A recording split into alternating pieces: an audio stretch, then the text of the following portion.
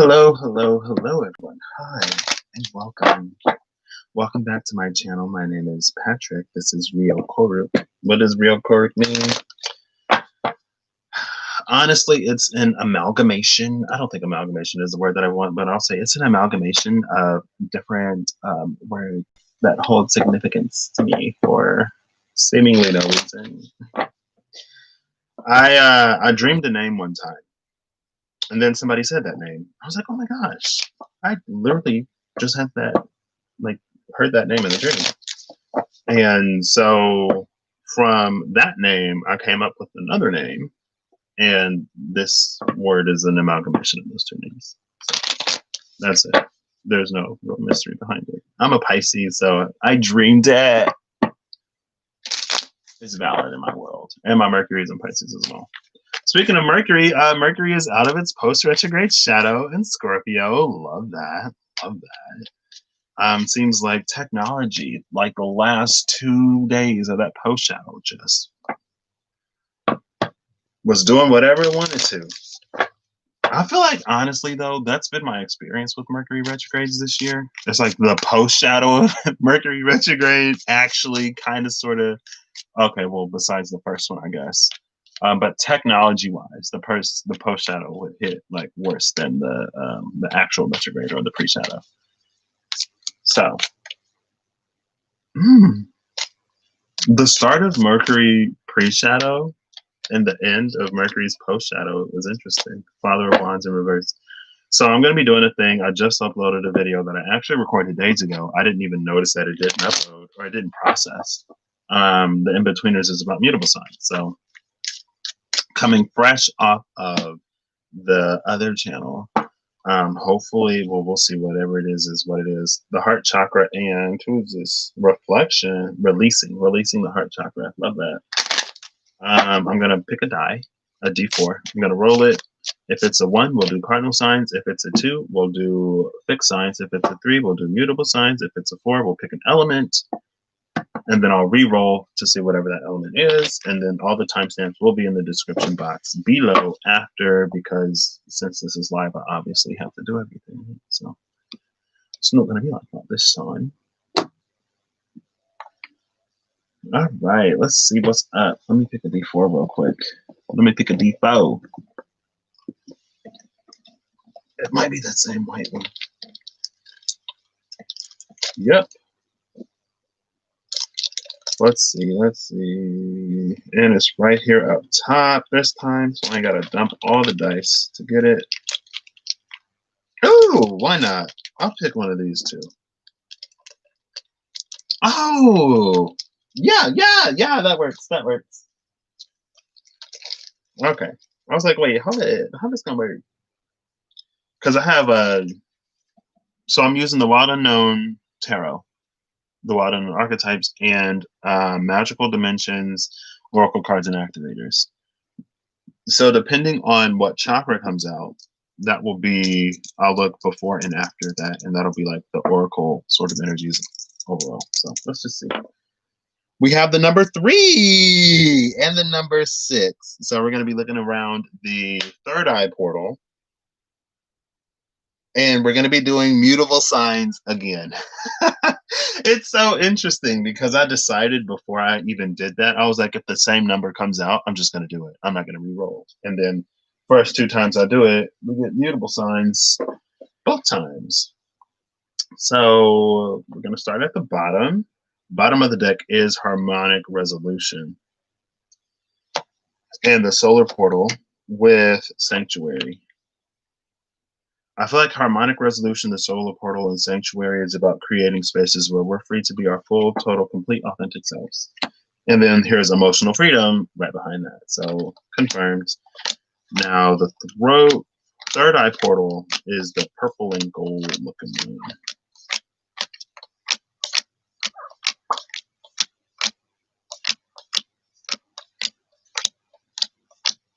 Right here, right? Yep. So we're going to have trust and forgiveness. Interesting energies. Mutable signs with adventure. And I'm going to put this back. What's on the other side? Adventure and isolation. That seems like two completely different energies, but seems like is the operative word because we're mutable signs. I feel like mutable signs are almost uniquely capable of handling contradiction in a way that doesn't sort of resolve one or the other. I feel like if a cardinal energy comes upon just from an energetic perspective, if a cardinal energy comes upon a space of contradiction, then it will go beyond that contradiction and it will move forward. If a fixed energy comes upon contradiction, it will hold on to what it already has, and it won't necessarily retreat, but it will move forward with limitation. And mutable energy is sort of uniquely capable of almost already existing in a space of contradiction. So it's able to do whatever this is. I don't think mutable energy necessarily moves, though. It can, but I don't know if it necessarily does from that energetic perspective. And so everything has its benefit, right? There should be a piece that we hold on to. We should also be able to move forward. And I feel like mutable energy can kind of sort of get lost in that whirlpool. I'm just going to edit this really quick. I was going to say mutable signs again. Again, lol. All right, let me set this up again. Actually, all I got to do is go into my little note and because I think I still already have the timestamps up for mutable signs. So I just need to erase all the times. Oh, I didn't even put the timestamps on that video. I'm going to do this really quick. Y'all know this is live and I don't do a lot of things prepared. It's like I prepare in some ways and then I come live and I'm like, oh, I guess I could have prepared more, but it's fine. That's why I don't get upset about putting timestamps in description boxes. I'm glad I looked at this because I would have completely forgotten. Because again, I thought this uploaded days ago, and it's just like today. I was like, oh, I wonder what the thumbnail looks like. Let me go on and see. And then I was like, oh, the processing failed. Probably because I closed the window thinking that it was done. So now let's get back into this. And this time, instead of doing one overall at the end, I'm actually going to do an overall shuffle out after everything. So that'll be a little bit different this time too. Can y'all hear Chino outside? Woo, woo, woo, woo. Woo, woo, woo. Oh, I forgot to grab. That's what I forgot to grab. So we're going to be using all of the same. Ow! That was awkward foot placement. We're going to be using the same significators that we used the last time. I'm going to be using the angel for mutable signs.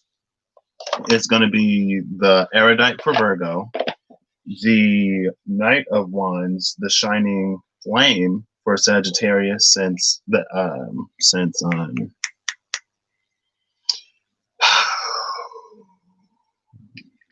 the angel is the Sagittarius card. I'm going to be using the lovers for Gemini and then the moon for Pisces. Now in the video, I grabbed the outlaw for Pisces and I was like, hold up, wait, I was supposed to grab the moon. I don't know why I'm really shuffling this, but we'll do one more shuffle and then a cut and then we'll go looking. And then we'll go looking and let's see what comes out. Whose birthday is it tomorrow? Oh, snap, it's little Bobby birthday. Is he a Sag or is he a Scorpio? Those cuspers. Okay, yeah. Bottom of the deck is Sacred Fire. Ooh, with the moon and the erudite. Pisces and Virgo coming out together after that Sacred Fire. And so between the Sacred Fire and the Kindred is Pisces and Virgo. So I feel like that pole is collapsing, but instead of it like collapsing, I feel like there's this resonance happening between Piscean energy and Virgonian energy that sort of validates both without invalidating the other. And it's all about occupying that space of contradiction, right? There's Sagittarius. We'll put it over here with Virgo. We'll put it with Pisces. People probably think I don't like Sagittarius. That's not the case. I just feel like Sagittarius could do and be a lot more than they sort of get stuck in sometimes if they had a little bit more flexibility. I just think that like anybody can hold on to what they believe, but as a mutable sign, as a Jupiter ruled mutable sign, sometimes I guess I would just think that Sagittarius would be a little more flexible, but that's not always the case. Hey, and then there's Gemini. So all of these came out before the header. So let's look and see what's up with that. Ooh, the Nine of Cups wanted to come out. And then there's the Eight of Cups. That happened earlier. The Eight of Cups, and then the first the Nine of Cups made an appearance, and then the Eight of Cups is like right there.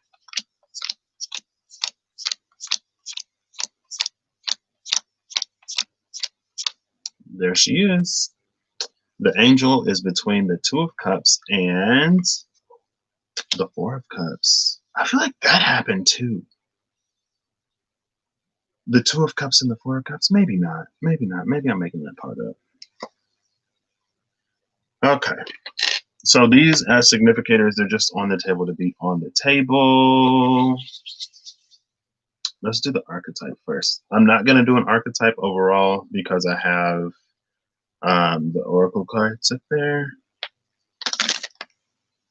I am not great at shuffling these.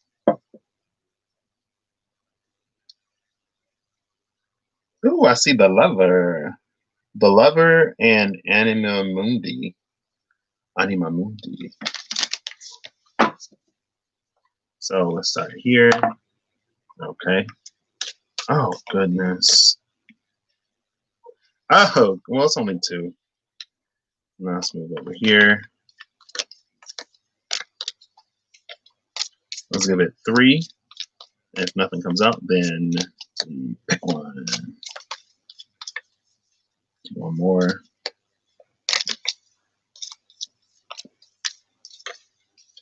Whichever one stands out the most, I guess. And then 3 more. Okay. I think it might have happened too. Oh, so we have the full moon eclipse Gemini, November 30th. It's actually, so I looked at it, I think it happens between like 3:30 and 5:30 a.m. Eastern time. So if you do anything with the moon, I mean, the energy would be more, it'd be closer to the night of the 29th than the night of the 30th. But I mean, it's a range, it just lasts. Ooh, the Maiden in reverse. Now the Maiden to me is a Virgo energy because, you know, Virgo, the Maiden, the Vestal Virgins.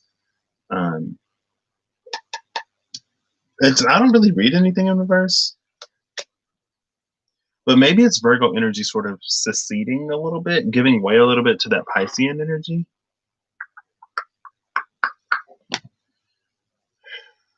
And it's basically Virgo energy releasing the bounds on reality to allow other things to happen and take place. With Virgo being mutable Earth, it's almost like Virgo is the gateway to anything new happening on Earth because Earth is such a fixed element. And so maybe Leo would be the gateway to fire energy because fire is such a cardinal element. And then air being a mutable energy, I guess either fixed or cardinal energy. Well, maybe fixed air, right? Because where does the wind end, right? I don't know. It's Virgo for Earth, being the mutable space. which allows change in a fixed element. Okay, so 3 for Pisces. And then here's the third one. Oh, goodness.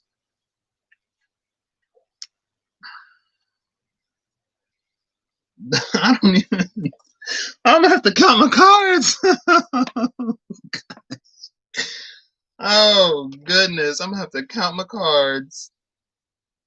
Oh, I'll do it after. Why is Pisces so difficult? I'm just. Well, it's 11:08 right now, so oops. Make sure there's nothing else down here. Maybe it was only that one card that just hit the flow. That card was like, I'm out of here. I'm out of here. I am not immediately seeing another card. I'm not going to count them right now because whatever has exited the space is not to be in the space, I guess. I don't know. So, Sag. 1, 2, 3.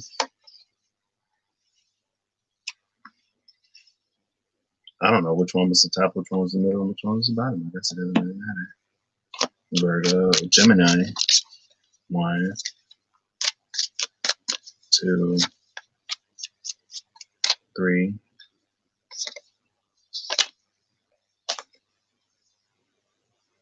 Now that one I will remember. And then Virgo. Please don't do what Pisces just did.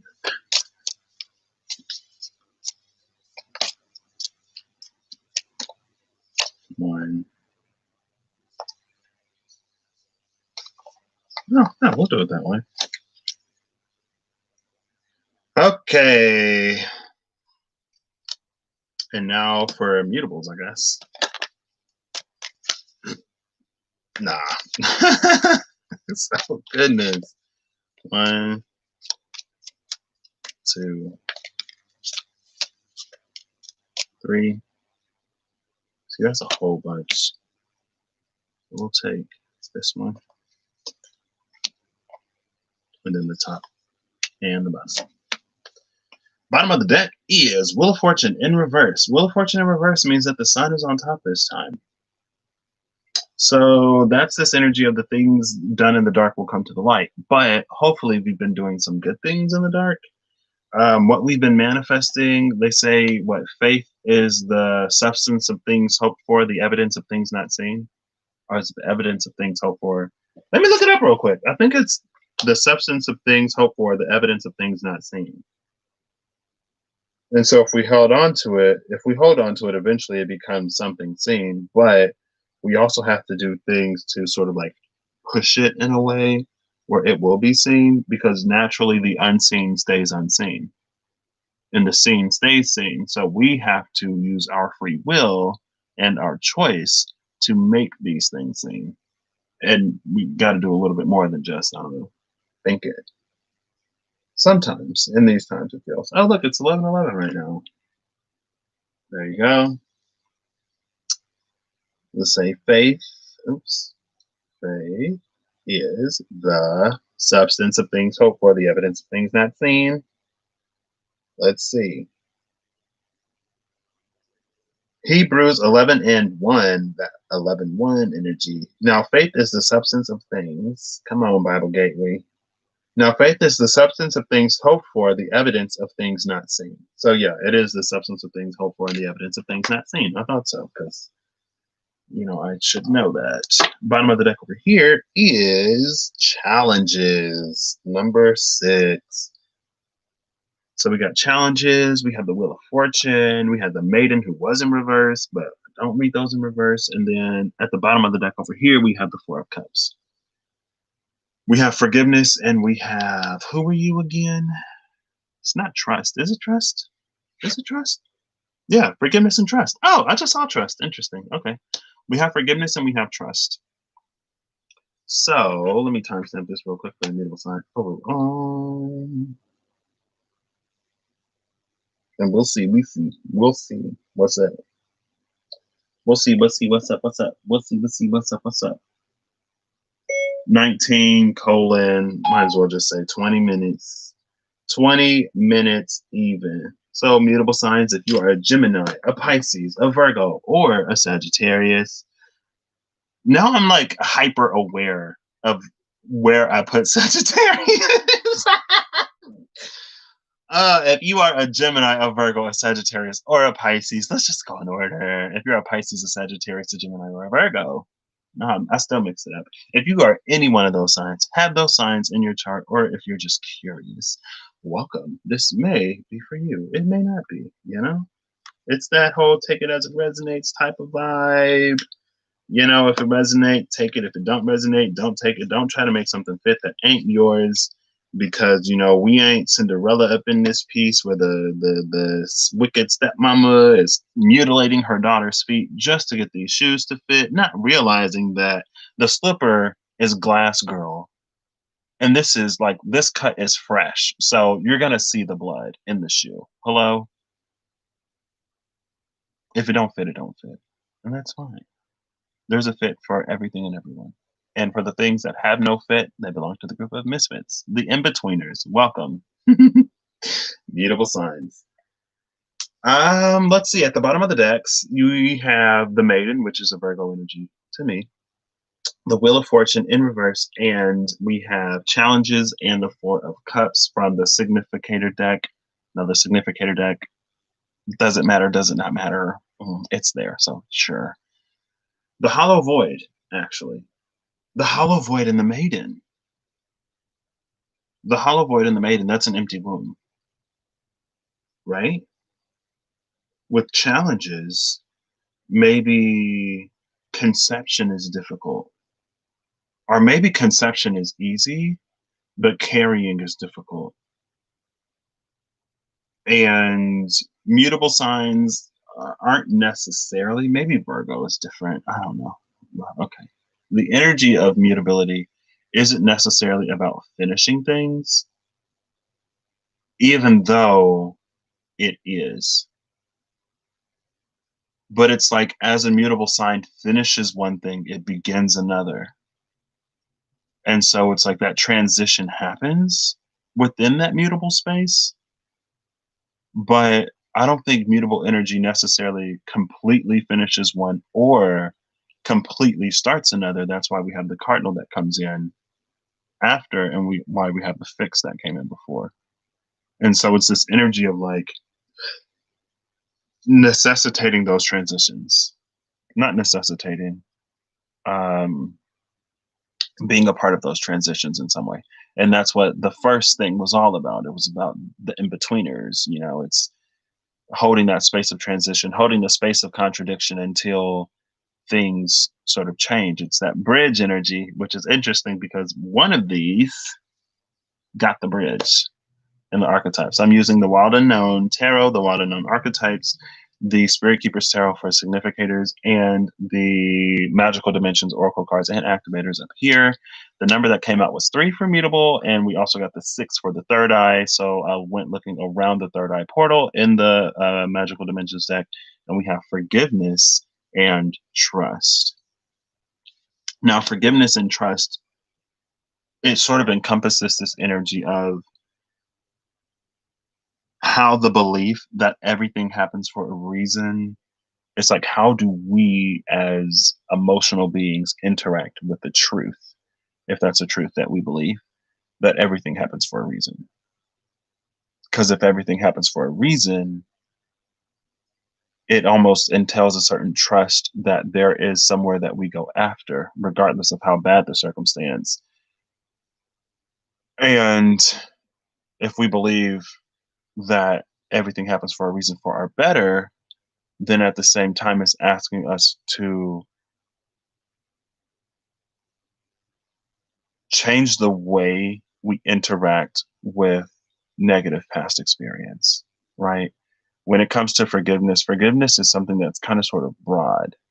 It isn't necessarily extremely defined. And so when we forgive something or someone, it's not necessarily the case that we pretend like it never happened or that we build that relationship again. It's just releasing the past to the past, more or less. And what we decide to do with that moving forward into the future is for us to decide to do. Right? So this feels like duality today. It feels like duality. It feels like polarity. Not necessarily in a bad way. I'm gonna grab a water. So that's what this noise is. I think I talked on the other channel earlier about how like I'm becoming more and more conscientious and feeling more and more bad about the bottled water that I drink, because in my hometown we don't recycle plastic, because people were like throwing TVs and stuff in there. It's like, that's not recyclable. So it goes to the landfill. I know I'm terrible. I'm terrible.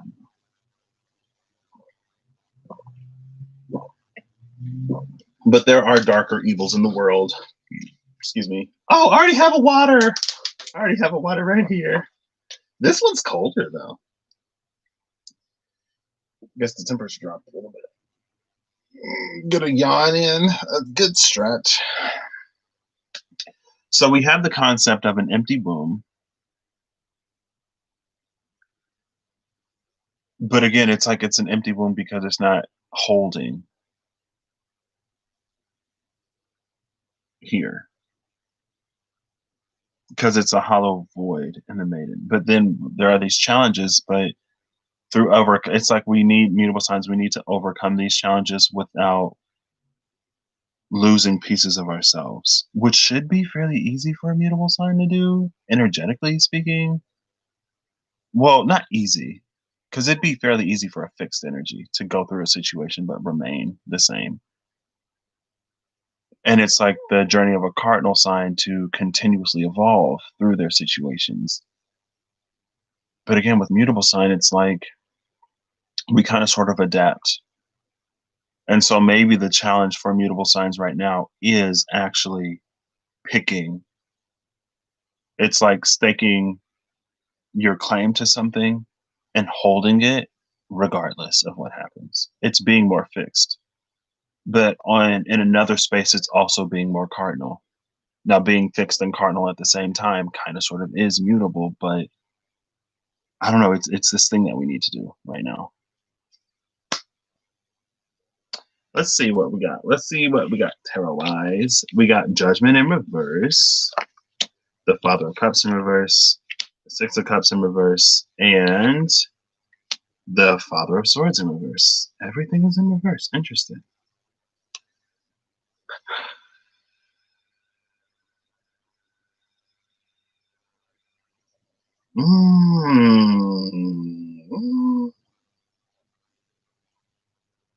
I didn't necessarily plan on picking 4, but since I have 4, let's just go ahead and do it like this. Pisces is going to get Judgment in reverse. Sagittarius is going to get Father of Cups in reverse. Gemini is going to get the Six of Cups in reverse. And Virgo is going to get the Father of Swords in reverse. And they're all going to lead up here. But they all sort of collectively tell a story as well. Now, Judgment in reverse, to me, it's an energy. It can also be an energy of self reflection, and even in some ways, not necessarily self-correction, but again, with forgiveness and trust, it's about realizing and recognizing that, before we were who we are, we did certain things. And we don't have to continue to do those things just because we did them in the past. And it's almost like mutable energy does this lateral transition, but now it's time for mutable energy to do like this vertical transition, to actually like, it's like instead of just doing this, then we do this, right? Where we can ascend at the same time instead of just being all of these different places on the same, or all of these different aspects of ourselves on the same field. It's about elevating the playing field that we're playing on. And so with Judgment, it's about all sort of those limitations within the self that we may not have even necessarily recognized as limitation because we were so expansive on this plane. But it's about going beyond. So we got to raise the ceiling or the floor. Hey, shout out to my Aries friend, raising the floor. She talks about raising the floor instead of like raising the ceiling or breaking the ceiling. It's raising the floor, because then it elevates your baseline experience.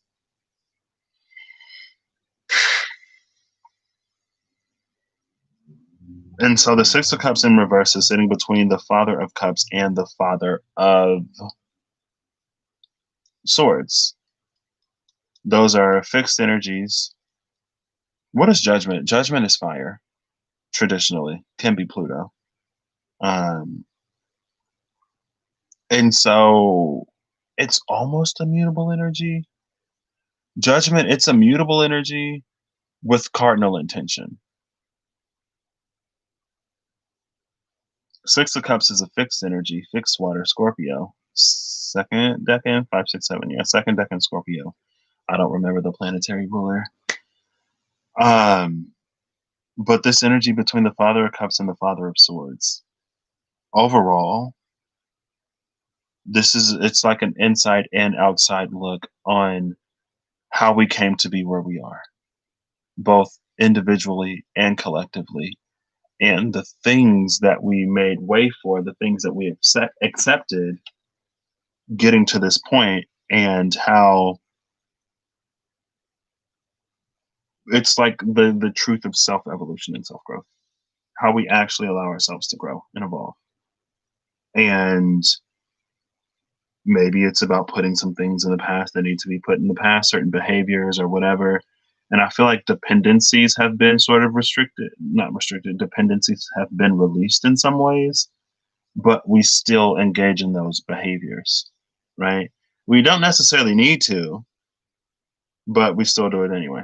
And it's not that it's always bad, but if it's something that we're better off without, then we're better off without it. And it reminds me of something I saw on the internet last night. I went on Tumblr, and I like hardly ever open the Tumblr app on my phone. But I saw something, I think it was about depression. And I think someone said that they were in a group. I've done depression group one time. It was interesting. It was but like I was in depression group in a space where I was better. So and the whole time I was in depression group, I wasn't actually like going through I was like coming out of a depression. I had just started medication, I think, and so I was doing like good. Um I'm not currently on any medication. I'm bad with medication. I was good for months and I missed one day and then I just stopped taking it. But for me, I knew why I was depressed. I've always known why. And so when I started facing the things that made me depressed, it like when I faced it was like lots of existential like dread and hopelessness and things like that that 2 years ago I started to work through. And as I started to work through those things instead of running from those things, I was just overall better able to handle the other things in my life that came up. So maybe like a night I'll be down, but I'll wake up fine the next morning. Anyway, it's not necessarily about that. The thing that I read it was like, if you did not like yourself and you wanted to make your experience as bad as you could, what are some of the things that you could do?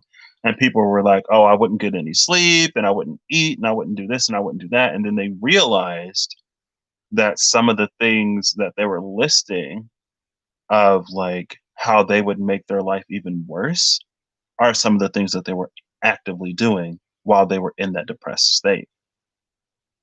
And so maybe there's also a need here to recognize with the Six of Cups and to address, or maybe with everything being in reverse, these are things that have already happened.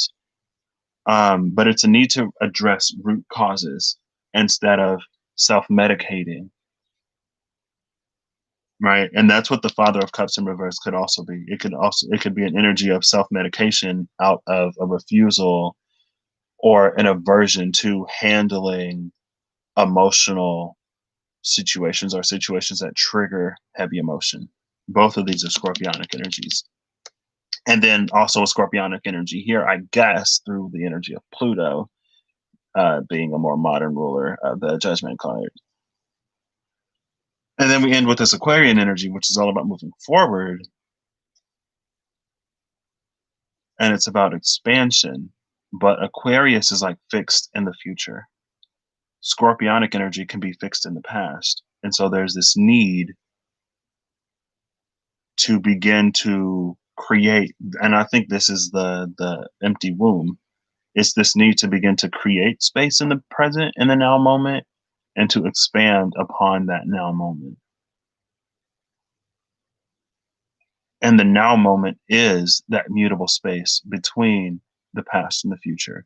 The now moment is the space where that uh, where that alchemy happens, where we can transmute things from our pasts into things that will permit us into the future. I was watching somebody do something. Maybe it was Awakening to Spirit. I don't remember. Cindy. I watch her sometimes. She pops up on my feed. And I don't know what deck it is, but it's the deck where the Eight of Pentacles is like the stone archway or whatever. And it reminded me of whenever I was talking about keystones in these portals as we're walking down this hallway. We're sort of assembling these portals with that adjacent possibilities energy. And without the keystone, it won't be stable. The keystone is sort of what holds the entire arch in place. And there's this energy here of, I don't want to say molecularizing, but it's this energy of like transmuting or looking at these things again with forgiveness and trust. If everything happens for a reason, if that's something that we believe, how do we interact with that truth that we hold, that everything happens for a reason? It's about condensing it down into these blocks that we can then use like Legos to assemble something. But without a keystone, it doesn't hold that portal way stable. So that's what this is about. I don't know. Let's move right into it with Pisces. I'm gonna get this timestamp real quick. 37:05. So Pisces, we start here for you. You got the moon card. If you skipped the general, then I don't know. I don't feel the need to explain it. So we're just gonna get into it. And for Pisces, I rearranged it. Oh, this happened last time too, but it was Gemini. Gemini had 2 tarot and 2 oracle, but everybody else had 3 tarot and 1 oracle, and only 2 tarot cards came out. I was like, oh, I guess Gemini is going to be short, but then they came out with the extra oracle card, and I was like, oh, okay.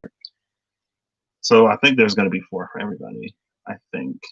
I wanted to. We'll just start with these. So. Ooh. Pisces. Pisces is coming out with the mask. That's funny to me. That's real funny to me that Pisces got the mask.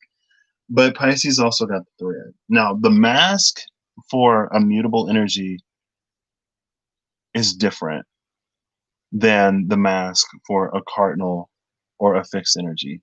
Can be different. The mask can be different because mutable energy, again, it's almost permitted, or it's within the modality of mutability to be different things all at once and to hold contradiction and to be okay with holding contradiction. Now, from an outside perspective, especially Geminis, they can get a lot of flack for being walking contradictions or for being like whatever. But again, like Pisces, maybe not Gemini extreme, or maybe not outside, or maybe not on the outside, they're not as Gemini as Gemini, but I feel like low key Pisces is kind of sort of up there with Gemini when it comes to mutability. But because of Gemini, we safe. We safe in the shadows under the water. Well, Gemini is causing storms above the water, right? But if you go deep in the water enough, you'll encounter nightmares there too, girl. Just read something about whirlpools the other day on Tumblr at the same time. Interestingly enough, didn't think I would be talking about Tumblr, but I guess I shouldn't be surprised. Okay, so I see your cards, Pisces, but you don't. We have number 61 and 70. Now 70, it's the last archetype before we move into the archetypes of transitional periods of life. 61 happens at about the middle because we start at 51. The mask and the thread, though,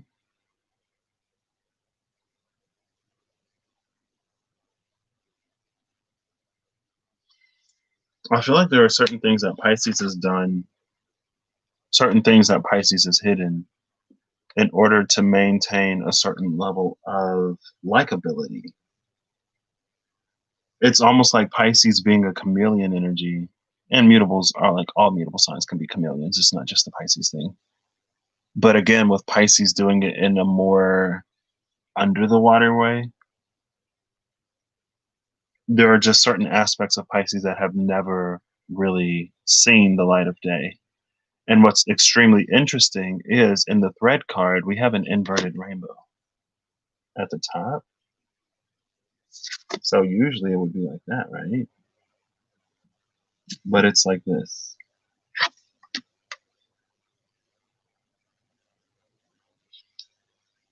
And so with the thread, part of this is faded. And I think that's the thing that Pisces really needs to accept. All of this, again, with these energies, it can be a difficulty with accepting the past for what it has the capability to bring you. And you're sitting under the space of judgment in reverse. So, judgment in reverse, again, that's a lot of self criticism, can be. But honestly, at the end of the day, it just feels like this is about the things that have been long suppressed coming to the light and not fearing rejection. But in order to really make this happen, it's about intentionally creating and finding spaces where you can be you. Creating and finding spaces where you don't have to hide these things. And also with mutability, it comes to like, we're not necessarily every single aspect of who we are all at once or all in the same space, right? It's like there are different spaces that just naturally draw out different sides of your interests or your personality or whatever.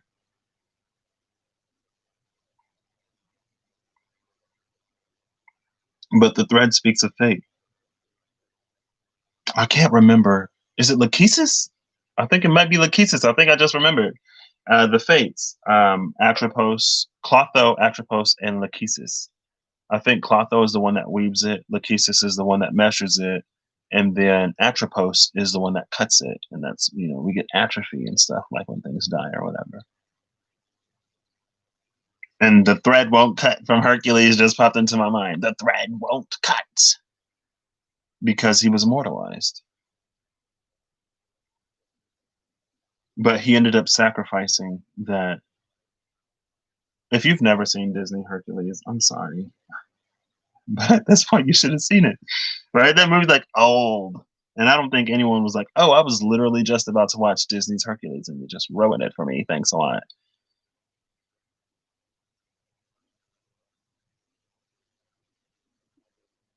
I feel like there's this question of sacrifice for Pisces, but maybe Pisces not realizing and recognizing that sacrifice is not required. And it's interesting because I feel like sacrifice is something that I've kind of been talking about lately. But it feels like the energy, like what we're sacrificing more than anything right now, is limitation and in its many forms. So these aren't necessarily intended to be extremely long, so they're not going to go extremely deep. The cards that you got, Pisces, you got the Two of Pentacles in reverse and the Ten of Swords upright. Two of Pentacles in reverse with the Ten of Swords upright could be the space of difficult endings to create way for the beginning. And I feel like the Ten of Swords energy for Pisces, it's a Gemini energy, first of all. And then we got Capricorn in reverse. The inverse of Capricorn is Cancer. So there's a square in Gemini and a trine in Cancer, but also Pisces sextiles Capricorn. So, but a Capricorn sextile can be a little bit Ten of Swords. A sextile, a favorable aspect with Saturn I feel like a lot of times, we're like, oh, Saturn is squaring this or opposing that, so things are going to be extra hard. But Saturn, as a human being living life, Saturn is kind of sort of an energy that you don't necessarily want, or that we wouldn't typically want to be in a favorable aspect. Saturn is an energy that we wouldn't typically want to have easy access to us because it's an energy of restriction. So, do we want to feel just completely restricted in everything that we do? It's like, oh, yeah. And it's like that because I said so type of restriction when it's favorable. At least when it's in an opposition, like, I don't know, there may be a reason, but oh, it's just because I said so. And you're like, oh, okay, work, cool. But anyway, there's that sextile with Capricorn, and Saturn, Pluto, and Jupiter have all been in Capricorn, sextiling Piscean energy. So it's been providing Piscean energy lots and lots and lots and lots and lots of ways to sort of see where its foundation doesn't work. But again, with the sextile, it's just an opportunity. So it's not necessarily doing anything for you. And it's also not hitting you in a way where you necessarily have to do anything either, because it's not the square or the opposition. I feel like the square or the opposition would kind of sort of more encourage you to that. But the sextile is just like, oh, yeah, here's this thing that doesn't work. And you're like, oh, well, I never use that thing anyway, so it's fine. And then one day you need that thing and it doesn't work. And you're like, crap, why didn't I fix that when I had the chance? I really wish I would have fixed it in the moment, because now that I needed it, it's not here. So maybe there's an energy of also needing to appreciate those spaces when you find those spaces, and letting those spaces, expressing that appreciation. Um, but more than anything, it feels like through the space of difficulty, maybe through the space of rejection in some spaces, we find these spaces where we find acceptance. And it's about in those spaces allowing ourselves to grow and blossom into the fullness of who we are in a safe way. And maybe sometimes there is a little bit of distinction or difference between the internal and the external. We don't necessarily have to talk about everything that we're going through, but with the Two of Pentacles in reverse, it could also be this space of rebalancing on the internal that precedes the rebalancing on the external. But with this Ten of Swords, it's this call to stop being your own biggest blockage. And maybe that's what all of that sextile was, the opportunity to see you limit yourself in this way, you limit yourself in that way. These are all the ways that you limit yourself that you traditionally have accredited to other people. You've blamed other people for limiting you in this way. You blame other people for limiting and restricting you in that way. But you don't take accountability and responsibility for how you do it to you, and you doing it to you is what impacts you the most.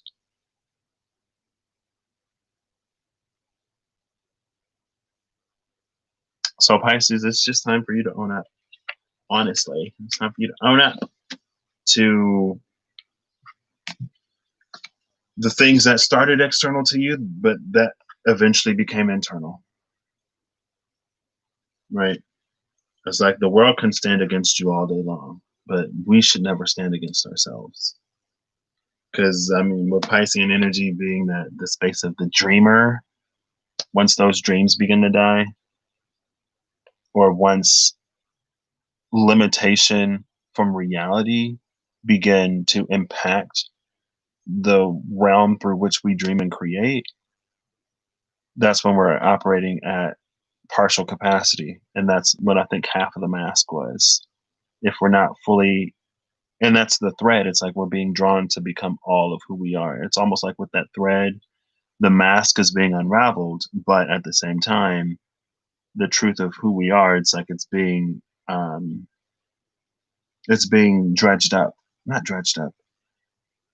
It's being brought up from the depths of the water. Okay, we're in a scorpionic space, and we need to be more Piscean. Unless you got Scorpio in your chart, then you need to balance it with the Piscean energy in your chart and not be all Scorpio all the time.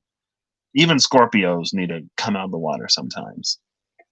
As much as, well, I don't think Scorpios necessarily hate it. I just feel like it could be a Scorpio path to not necessarily experience a lot of things on the outside that validates what's on the inside, And it's also not within Scorpio nature to necessarily be extremely vulnerable with what it is that what they're going through. I mean, I got Scorpio on my chart, but what it is that they're going through. And so it can have them in a space to sort of sit in that instead of growing out of it and beyond it. And I feel like the world is ready for the nightmares of the ocean to begin walking on the beaches, not calling Scorpios a nightmare, but it's just the things that we don't see. It's time for us to begin to see those sides of Scorpio as well. So if you're a Pisces with Scorpio in your chart, or if you're watching this and you got Scorpio in your chart, the things that lie beneath the surface, it's time for them to rise. It's the necromancer in this deck. But it's good necromancer. It's like dreams that have died, things that we've convinced ourselves that will never be. It's time to allow them to be, because as long as you stand in the way, then of course you'll never get it, because you'll never allow it. Next is Sagittarius, starting with the Jupiter brothers. Sagittarius, 51:10. Did not expect to be going this long, but I guess I did have to shuffle everything out. So Sagittarius, this is where we start for you. How y'all doing, Sagittarius? And I'm gonna try to be nice today. I know I'm a little hard on you, Sagittarius, because I'm Jupiter Pisces and you're Jupiter Sagittarius, and sometimes it's like we just have different ways of seeing things. And I feel like if Sagittarius saw things in a more Piscean way, sometimes it would fill in some of the gaps that Sagittarius just kind of sort of, it's like it's reminding me of Mario, right? And when you're running, if you're running in Mario, there are these little gaps that you'll just run right across. But if you were walking, then you would fall into them. And so for a long time, you've been able to like make these leaps and bounds and expand in that true Sagittarian way. But now it's almost time to like fill in some of those gaps. Because when the gaps are filled in, it's almost like it completes the track and it allows you flexibility and mobility that you wouldn't have necessarily had before. It's like whenever you encounter something that you don't know, there's this fixed quality to hang on to everything that you do know to ensure that cardinal quality of continuously moving forward. But again, I feel like the limitation with Sagittarian energy comes in when it's been lied to, or when times information change and evolve in a way that invalidates what we previously thought to be true. Right? And Sagittarius is higher education. Higher education is primarily built upon things that other people have already discovered, learning to accept it as truth and then to move on with that. So that's why I'm a little hard on Sagittarius energy sometimes, just because I feel like Sagittarius energy could be a little greater if it questioned some of the things that it holds to be true. I had this one Sagittarian friend, and he was like, we was talking about studies. I was like, well, you find one study that says that this is the case, and you find another study that says that that's not the case. And he was like, oh, well, I can tell the difference. I'm like, okay, you can tell the difference when people literally hire statisticians. Is that a word? Statisticians. Like they hire people to force their data into whatever shape validates their argument. So you're not even looking at a complete data set when you're looking at this paper, when you're reading this article, when you're reading this paper. What you are basing your whatever off of, it's incomplete. And what they'll say is like, oh, we had these outliers that we discredited. But the truth could be, out of a set of 100 data points, 900 of those were outliers. And it's like you had 900 outliers. So 9 times as much evidence to disprove you, but you chose that one time to really hold on to. And you chose that one time to build your entire philosophical world off of by just throwing out everything that doesn't agree with you I don't know. I feel like I talked about that a little longer than I needed to necessarily, but also that could relate to this energy up here about holding on to the things of the past in a way that would prevent your forward progress and development because it's deemed as an outlier or extraneous or wrong. When in reality, maybe you were wrong. I don't know. Maybe you weren't, but maybe you were. Let's just get into this. What we got? We got the Fool in reverse, the Empress in reverse, and the Daughter of Wands in reverse. So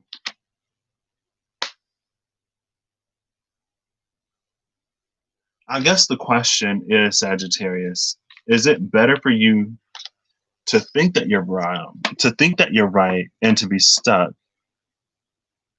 or is it better for you to accept that your knowledge was incomplete and to begin to correct for the things that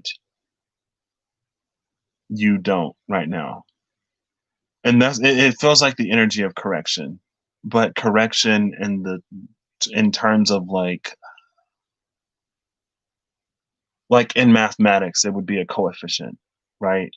It's like there's usually this 1-to-1 ratio, but in this case, it's more like a 75%.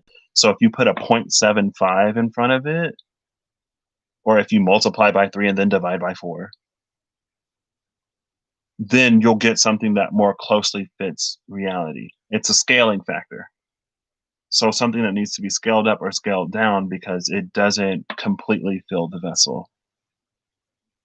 And like, is your understanding of something half full or half empty? Or is it just what it was at the time that you had that information?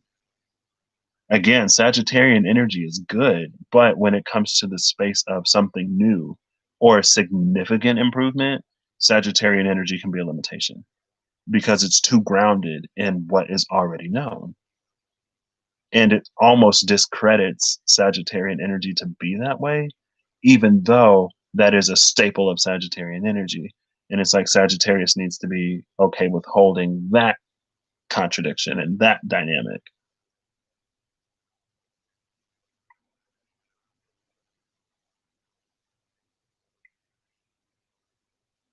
But I don't know, it just feels like whatever way Sagittarian energy is sort of stuck right now, or whatever way Sagittarian energy is dead set on not expanding, it's actually limiting the creation of these things in the future. And it's keeping you stuck at a space of 10 of Wands. And when you're stuck at the space of the 10 of Wands, then it limits you from being able to become a king or queen of Wands, or to complete the wand suit in your Empress sort of suite of elements, of completed elements, right? It's like you can be a king or queen of cups, a king or queen of pentacles, and a king or queen of swords. Well, the king of swords and the king of cups are both in reverse, but you could be that. But if you're limited in the wand suit, then that's what gatekeeps you, or that's what bottlenecks you from becoming an empress or an emperor. You need all elements in balance.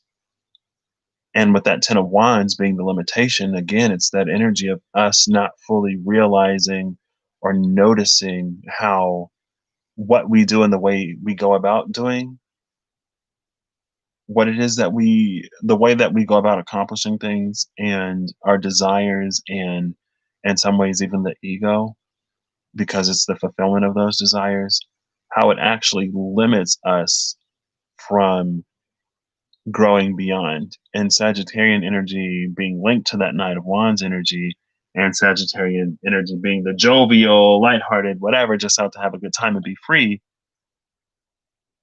It's like, okay, but some things require dedication. Some things require time. Some things require effort. Some things you have to actually sit down and work through. And sometimes you got to do stuff that you don't want to do to eventually do the things that you actually like really want to do. And again, with Sagittarian energy ruling philosophy and higher thinking and higher education and stuff like that, putting in time is something that Sagittarius can do. But it's like we're not putting in the time where we need to be putting in the time to actually make some kind of real growth and evolution here.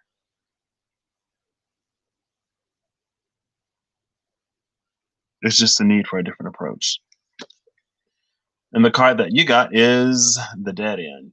Number 60. No, this is 40. Number 40, the Dead End. Now, it kind of came out, well, the way I looked at it, it was in reverse, but I don't read these in reverse, just like the Maiden was in reverse, but I don't read the Maiden in reverse either. It's the Dead End. And what's interesting is, I will show you why this is interesting. If you give me one moment, Sagittarius, I will show you why between the Kim Crans that is extremely, oh, look, I didn't even have to go far. It was sitting in between the Three of Wands in reverse and the Two of Wands in reverse. It's the Ten of Wands in this deck. It's also in reverse. The Ten of Wands in this deck in the Dead End look very similar. And that's what I was saying, like with that Daughter of Wands in reverse, you can't get out of the 10. With the Ten of Wands in reverse and with the Dead End initially being in reverse, it's this trick of the mind where you think again that you're progressing and you're moving forward, but you're running the same circles over and over. And it's not even you're running the same circles over and over. It's like you hit the point where there needed to be some kind of flexibility, some kind of pivot, but you kept going straight. But the thing is, the longer you continue to go straight, what was a little deviation here becomes greater and greater here. And so there's almost this need to like backtrack and to see where things went so wrong. Because like you've been on the straight and narrow. A lot of times we treat things as, and we desire for things to be linear, but there's a whole lot of stuff that's not necessarily linear. But Sagittarius, again, being that arrow, has a very linear approach to a lot of things. And there is growth and there is expansion in that linearity. But again, if there's a little bit of a curve here, even if it's not like initially, like even if it never becomes like that whole 90-degree square, it can start as like 2 degrees, right? But 2 degrees eventually it grows more and more, right? It becomes like where you're supposed to be here by this point in time, you end up here. And again, at the beginning, you see that they started at that same point, but if you continue on straight, it increases the gap of your misunderstanding because you continuously throw out that outlier, extraneous, doesn't matter, wrong, doesn't comply with what I already believe. And it keeps you in the space of this dead end.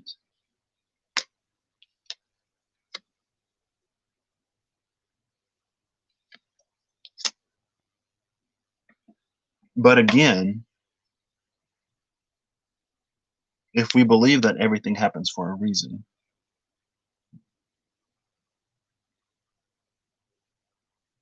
like Sagittarian energy being Sagittarian energy is the energy of bridging gaps, especially cultural gaps. It's like it's these differences in the way that we interact with life, right? So Piscean energy can bridge gaps in like emotional ways, and Gemini energy can do it in communicative ways, and Virgo energy does it in whatever way Virgo does it.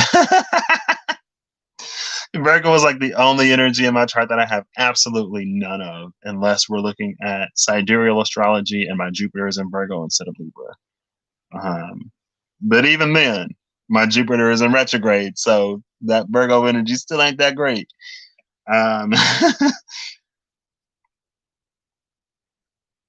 But with Sagittarius, it's about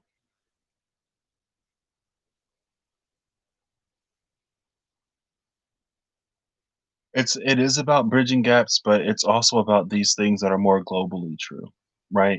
Like regardless of what language you speak, you know the concept of music, or you know the concept of love, you know the concept of anger, you know these things are intrinsically human, that even if we sort of have different ways of expressing it, at the root, they're kind of sort of caused by similar things or whatever.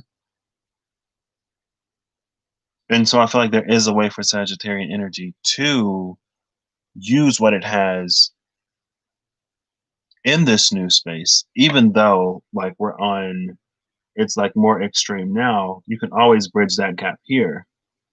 And a squared plus b squared equals c squared, right?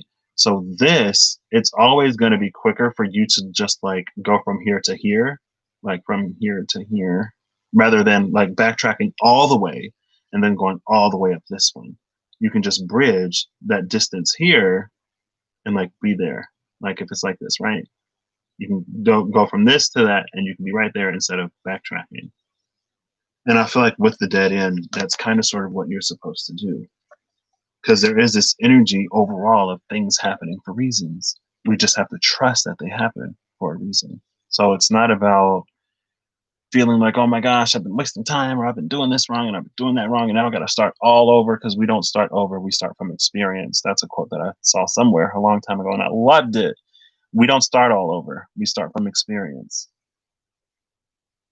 But eventually we do have to get off of that path, and we do have to begin to make actual movement towards the thing that we want. And that's what I got for Sagittarius. Like I honestly do really, really, really like.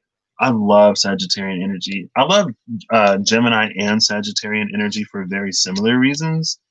Like I love talking to Sagittariuses and I love talking to Geminis.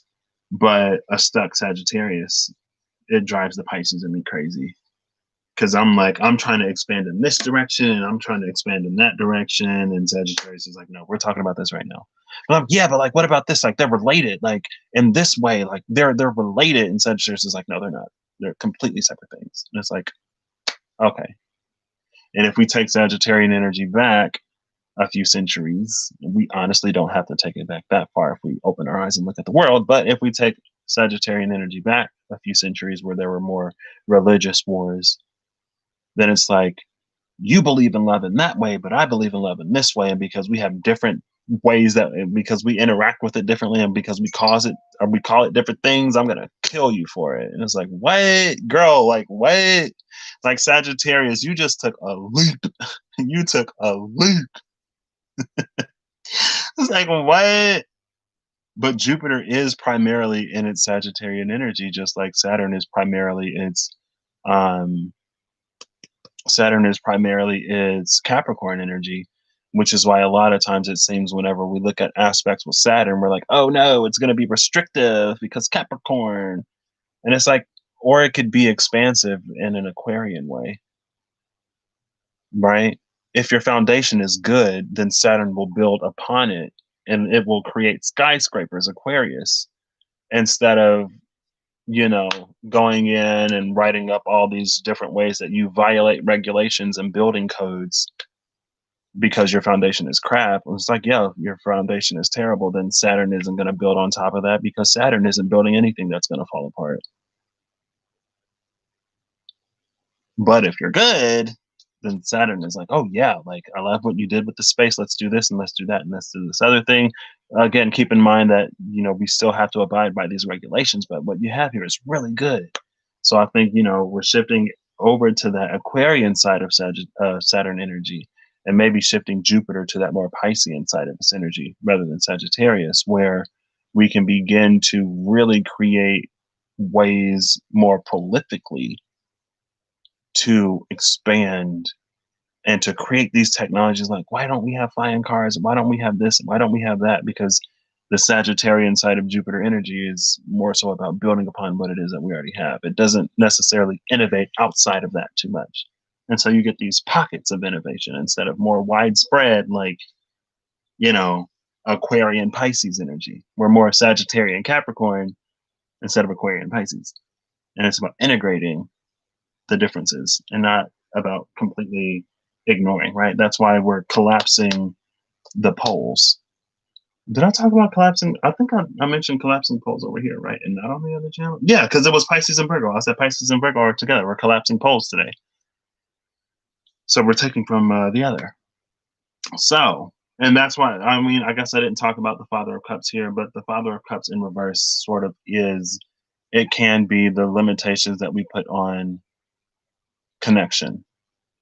But I think it's a dissolving of the limitations that we put on connection. And I feel like that's what Sagittarian energy can help us really do right now. It's to begin seeing others as valid, even if they're different. Because in its, in its light, Sagittarian energy is an acceptance of those differences. That's why it's global, right? We don't necessarily have to be stuck in the condemning of differences. It's like you hate the people, but you love the culture. You hate the people, but you love the food, you love the music, and you love to dress up as those people on Halloween. But when it comes to the actual people, you're like, oh, no, those are undesirables. Like, ew, what are they doing here? Give me your food, give me your music, give me your clothes, give me your everything, but your life, ew, no, you have no place here. And it's like, okay, girl, all right, you can have it. Not in that way. I'm just like, it's just interesting that people can be like that sometimes. We can be so quick to consume, but when it comes to honoring and respecting the actual lives, then it's like, mm. And that happens in lots of ways, right? Is y'all sage and frankincense and stuff like that ethically sourced, or do you even care? Maybe it is ethically sourced. Maybe you don't even care.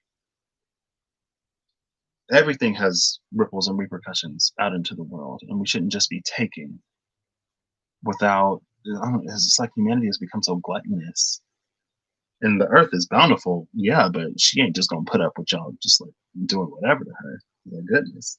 Like if you take if you take more than I can give, then I'm gonna have to wipe you out, build up these resources again, and then start life all over. And hopefully the next time, they have a better control on their appetite. Anyway, sorry.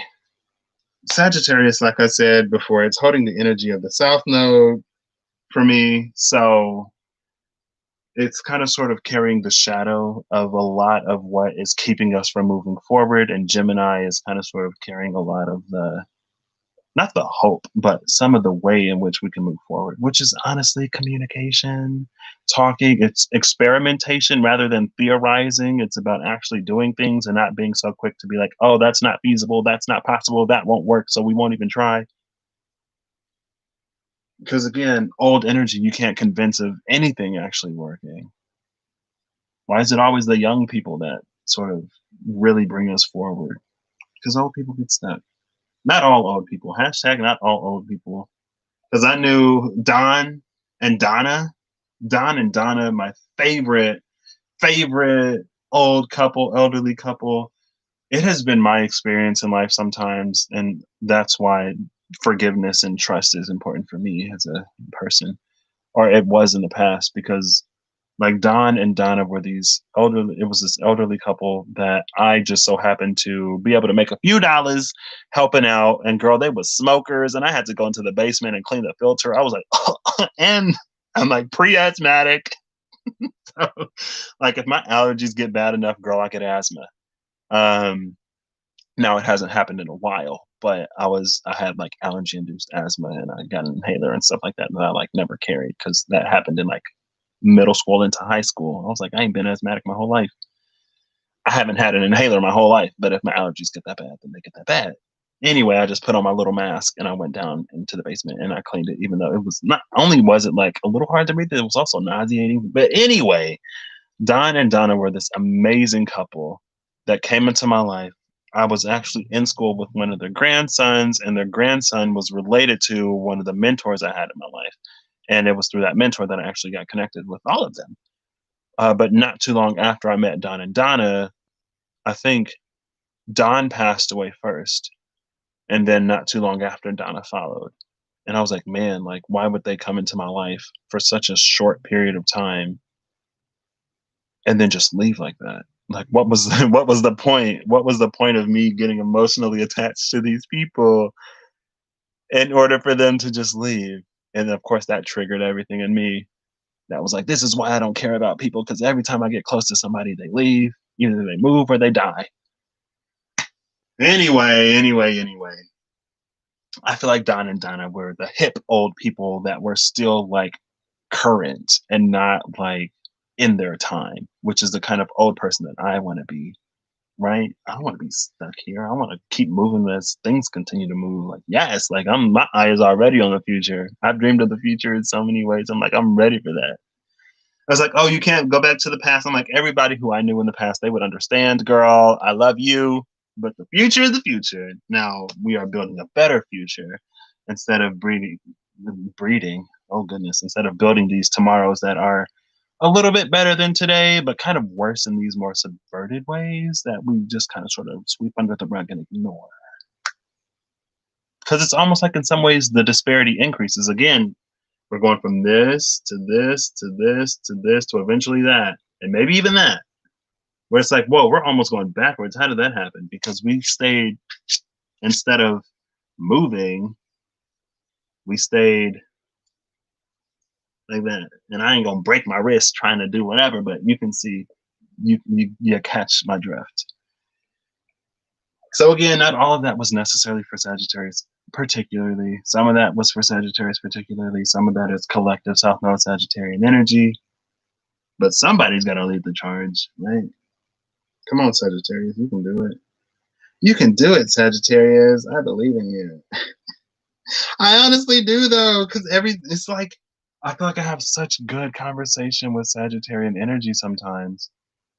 And then the Pisces in me is like ready to make that quick left, and Sagittarius is like, no, we're going straight. And I'm like, oh, but we came so far together. But we came so far together. And Gemini is like always down to like twist and turn, but with Gemini, it doesn't necessarily, for me in particular, and it's probably where I was in life and what I was talking about with people at that point in time. It doesn't necessarily have the same depth that a conversation with a Sagittarius would have, but not all conversations necessarily have to be that deep either. And again, it's the conversations that I was having at that point. But I love talking to both Geminis and Sagittarius. Now, Virgos are just great overall. You know, I've had so many Virgo friends. When I was an RA, I was a Pisces, and my brother RA on the opposite end of the floor, he was a Virgo. And when we first met, it was so interesting because we met in training in April, and they just randomly paired us up with somebody. And so I got paired up with him, and he was in aero astro engineering, and I'm in like biological engineering. So he's like doing all the space and plane stuff, and I'm doing all the like the biology stuff. And just like hearing him talk about whatever, I was just like, I kind of sort of felt like he didn't really like me, or not that he didn't like me, but like we didn't have a lot in common. And then when we got our Florida assignments, I was like, wow, I'm paired with him. Like, oh goodness. And in the building I worked in, we had the ROTC learning community. I had, so my learning, oh my gosh, how fitting was this?